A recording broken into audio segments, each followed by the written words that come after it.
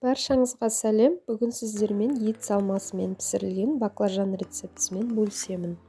Видеоны соңына дейін қараңыздар. Бірдеңе түсініксіз болса, комментарий қалдырыңыздар, мен сіздерге міндетті түрде жауап берем. Баклажанды ортасынан екіге бөліп, осылай орталарын кесіп шығамыз.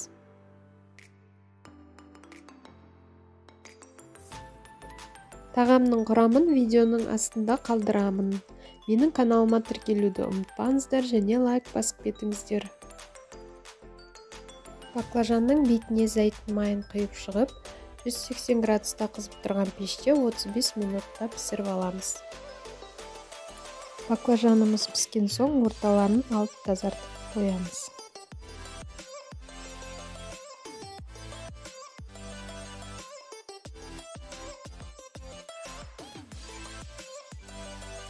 Келесі пиязымызды, сарымсақты, тәтті бұрышты ұсақтап турап аламыз.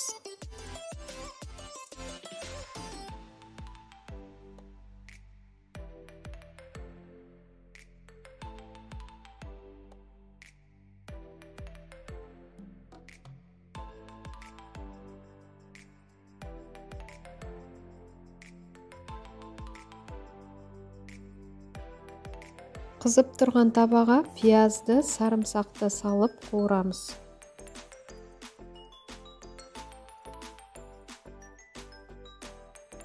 Сонан соң сиыр етін, тәтті бұрыш салып, дәміне қарай тұз, бұрыш сеуіп қуырамыз.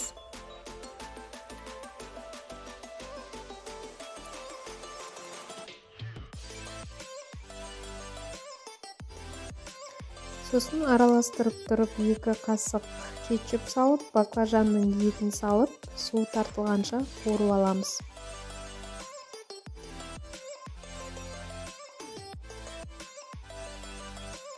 Салмамыз дайын болды. Жаңағы баклажанның ішіне салып, етіне ірімшік сеуіп, 180 градуста қызып тұрған пешке 15-20 минут қойып пісіріп аламыз. Міне, біздің дәмді баклажандарымыз дайын болды. Ұнаса, сіздер де дайындап көріңіздер. Соңына дейін қарағаныңызға рахмет. Астарыңыз дәмді болсын. Сіздермен болған Лаура.